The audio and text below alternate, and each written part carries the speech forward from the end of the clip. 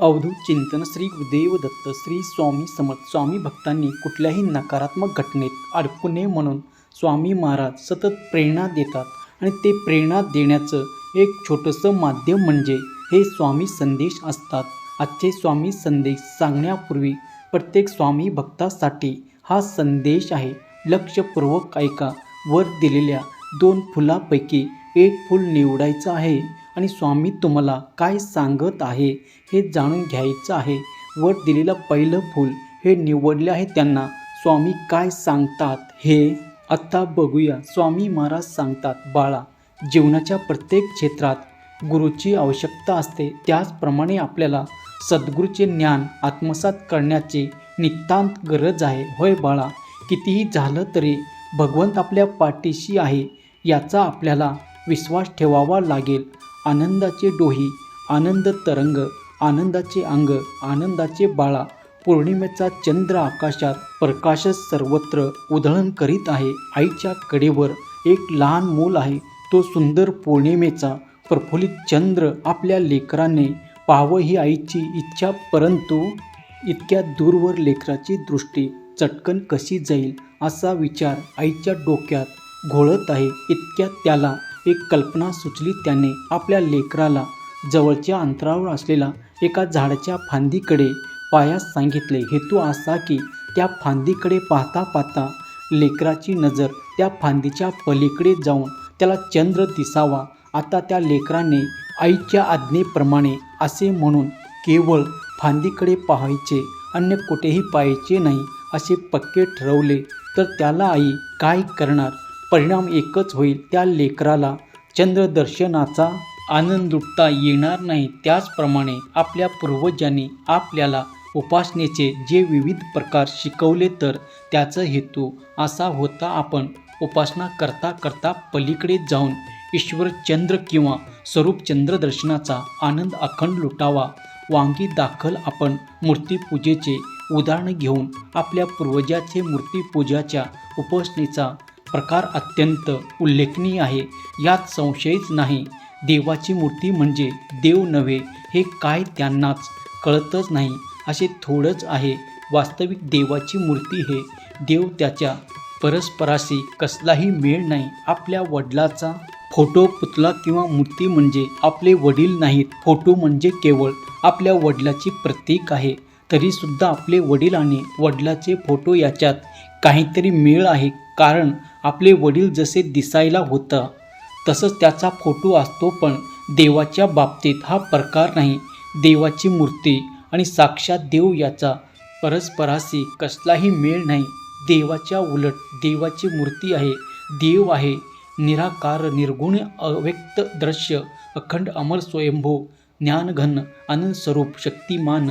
याचं उलट देवाची मूर्ती आहे साकार, देशी, वक्तव्य, दृश्य, खंडित, नाश पावणारी. घडवलेली अशी परिस्थिती असून सुद्धा आपल्याला थोर पूर्वजांनी आपल्याला देवाची मूर्ती ही देवाचे प्रतीक समजून त्याची उपासना करण्यास शिकवले.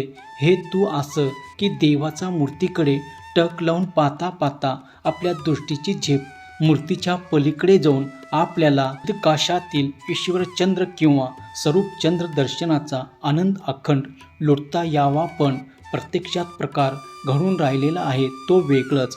मूर्ती देव आहे व त्याचे उपासना करीत राहा अशी पूर्वजाची आज्ञा अक्षरशः प्रमाणात मानून आम्ही मूर्तीची पूजा अर्चा वगैरे गोष्टी हे एकदम कवायतीच्या पद्धतीप्रमाणे वर्षानुवर्ष करीत आहोत. पण स्वरूपचंद्र दर्शनाचा पत्ताच नाही. इतकेच नव्हे तर तिथपर्यंत आपली दृष्टी पोचलीच पाहिजे ही सुद्धा जाणीव नाही. यात आमच्या पूर्वजाचा काय दोष?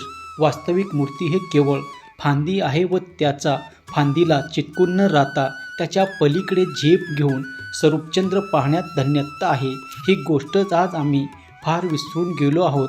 श्री स्वामी समर्थ. जय जय स्वामी समर्थ.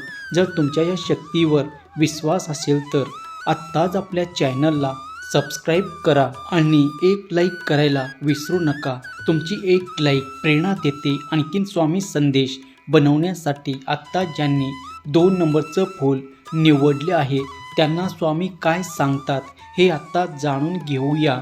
चला तर मग तुम्ही 2 नंबरचं फूल निवडले आहे असे गृहीत धरून स्वामी संदेश सांगायला सुरुवात करतो.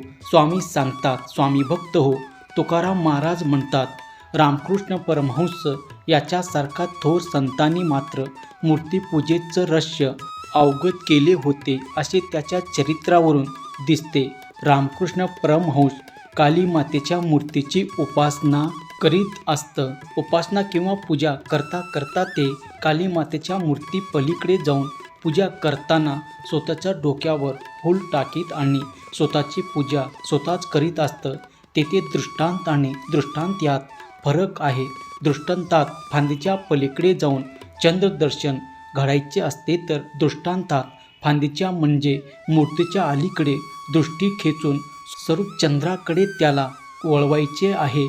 बाण मारून लक्षवेधी करण्यासाठी धनुष्याची दोरी आकाराप्रमाणे वडावी लागते. त्याचप्रमाणे स्वरूपाचा लक्षभेद करण्यासाठी दृष्टी उपराटी करून आजपर्यंत खेचावी लागते. अशा रीतीने मूर्तीच्या फांदीच्या ओढोशाने स्वरूपचंद्राकडे पाहणारा उपासक पाहता पाहता जागच्या जागी विरघळून जातो आणि उरतो तो साक्षात स्वनंदाने प्रफुल्लित असलेला आणि स्वनंदाचा प्रकाश जीवनात उधळत आलेला पौर्णिमेचा स्वरूपचंद्र. असा स्वरूपचंद्राचा हा स्वनंदाचा स्वरूपचंद्र जेव्हा प्रकट होतो तेव्हा जीवनात निर्माण झालेली पोकळी हे भरून निघते.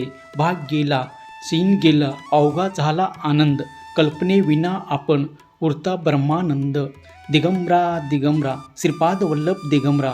जर सहमत असाल तर व्हिडिओला लाईक करून चॅनलला सबस्क्राईब करा आणि कमेंट बॉक्समध्ये श्री स्वामी समर्थ असे टाईप करा. आत्तापर्यंत कोणालाही उलगडला झालेला नाही ते भगवंताचा पण निसर्गाचा नियम आहे.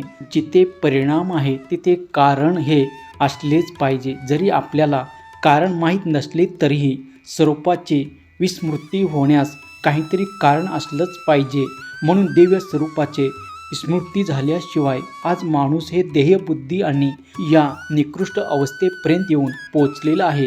देहबुद्धी हा शब्द परमार्थात फार ढसळपणे वापरला जातो, पण आपण समजून घ्यायला पाहिजे. देव असून स्वतःला देह समजले म्हणजे देवबुद्धी. मी देह नसून देव आहे असे समजलं की परमार्थ झाला. पण या गैरसमज आहेत. आपण भगवंताला एकरूप होऊन भगवंताची पूजा अर्चा करायला पाहिजे. आपले मूळ स्वरूप चैतन्य आहे, पण हे चैतन्य म्हणजे देव नाही हे लक्षात ठेवावे. भगवंत आपल्याला प्रत्येक इच्छा पूर्ण करणार आहे. फक्त आपलं विश्वास भगवंतावरती असायला पाहिजे. मीपणा सोडून दिलं तर सगळीकडे परमार्थ येईल. श्री स्वामी समर्थ. जय जय स्वामी समर्थ. सहमत असाल तर होय स्वामी आई मी तुझं बाळ आहे असे टाईप करा. श्री स्वामी समर्थ. जय जय स्वामी समर्थ. जर तुमच्या या शक्तीवर विश्वास असेल तर आत्ताच आपल्या चॅनलला सबस्क्राईब करा आणि एक लाईक करायला विसरू नका. लक्षात ठेवा, तुमचं एक लाईक प्रेरणा देतो आणखीन स्वामी संदेश बनवण्यासाठी. श्री स्वामी समर्थ. धन्यवाद.